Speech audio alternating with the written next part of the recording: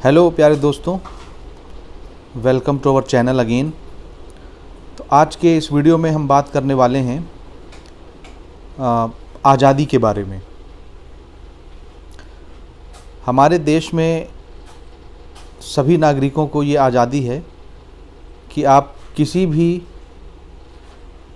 Politician के video के नीचे जा कर के आप कमेंट में अपनी राय दे सकते हैं।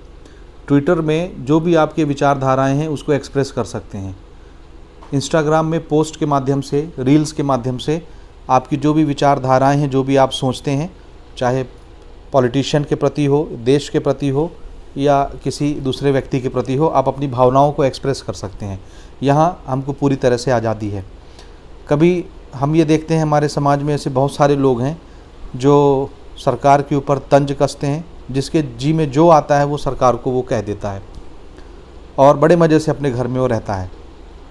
लेकिन अगर यही रवैया आप सऊदी अरेबिया में रह कर के अपनाएंगे और किसी भी पॉलिटिशियन या सरकार के ख़िलाफ़ कोई भी तंज कसेंगे तो उसकी सज़ा पता है आपको क्या मिलेगी? तो जवाब है, उसकी सज़ा होगी सजाए मौत।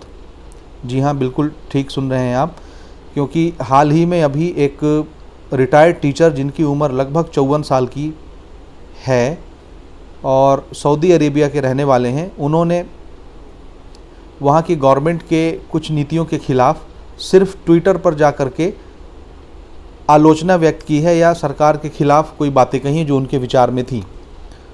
और ट्विटर में सिर्फ उनके फॉलोवर की संख्या 9 से 10 है। 10 फॉलोवर हार्डली उनके थे। कहने का मतलब यह है कि अगर कोई बंदा 8-9 फॉलोवर वाला ट्वीट भी करता है तो उसका ट्वीट सिर्फ 8 से 9 लोगों तक जाता है और उसका कोई मायने नहीं रखता। तो उनका नाम है नासिर अलगामदी, 54 वर्षीय वो रिटायर्ड शिक्षक हैं वहाँ के। उन्होंने गवर्नमेंट के कुछ नीतियों के ख़िलाफ़ आलोचना भरे शब्द ट्विटर में शेयर किए और वो आलोचना भरे शब्द किस बाबत थे, किस हिसाब से थे? वो ये था कि वहाँ की गवर्नमेंट ने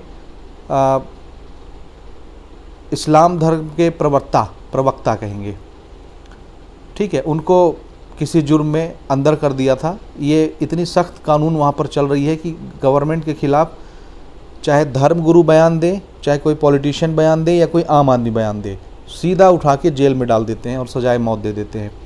तो इसी तरह से वहाँ किसी मौलाना ने या किसी धर्म प्रवक्ता ने या स्कॉलर कह लीजिए, उन्होंने कोई बात कही होगी गवर्नमेंट के ख़िलाफ़, उनकी आलोचना की होगी, तो उनको गवर्नमेंट ने उठा करके वहाँ की सरकार ने जेल में डाल दिया।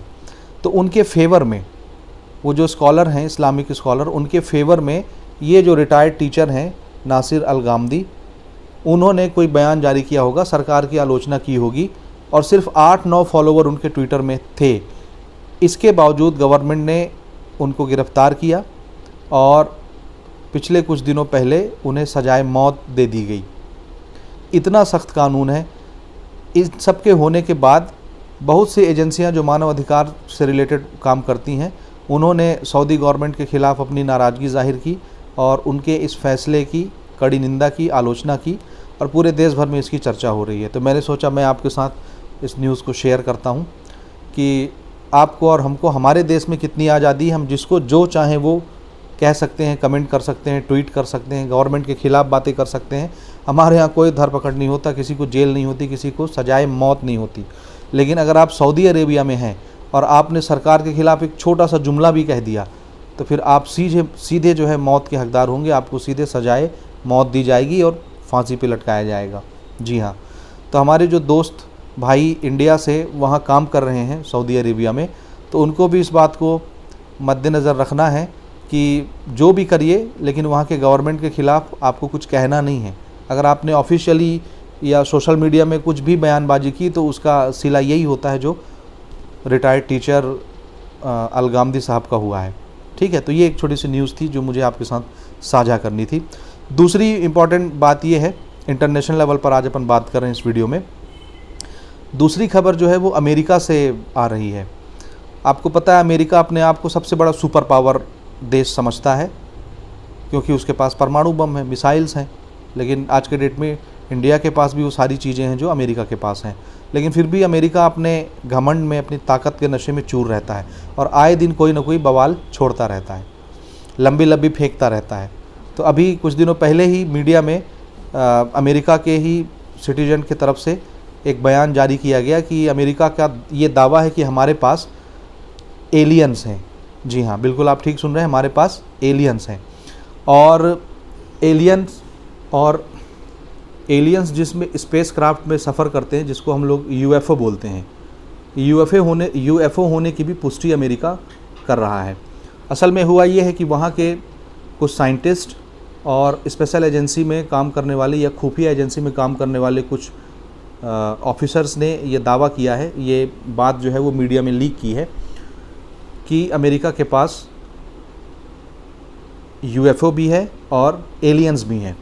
अब पता नहीं अमेरिका ये बात क्यों मीडिया में जाहिर कर रहा है, पूरे देश में को ये सारी बातें लीक करवा रहा है, बता रहा है।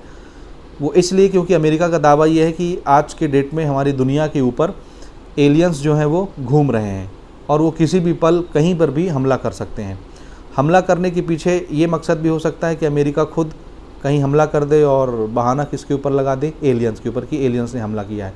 अब इसके पीछे अमेरिका का क्या एजेंडा है ये तो समय बताएगा, लेकिन फ़िलहाल अमेरिका का ये दावा कितना सही है कितना गलत है कि उसके पास एलियंस हैं और वहाँ के जो ऑफिसर्स हैं, साइंटिस्ट हैं, वो एलियंस को देखने का भी दावा करते हैं, उनके साथ उनकी मुठभेड़ भी हुई है इसका भी दावा करते हैं, और उन्होंने यूएफओ को क्रैश होते हुए भी देखा है, उड़ते हुए भी देखा है, इसका भी दावा करते हैं। अब उनके दावे में कितनी सच्चाई है ये वही लोग जानेंगे और समय हमको बताएगा। हालांकि ये बताया जाता है कि अमेरिका में एक जगह है नेवाड़ा, और वहाँ पर एक जगह है जिसको हम लोग एरिया 51 के नाम से जानते हैं।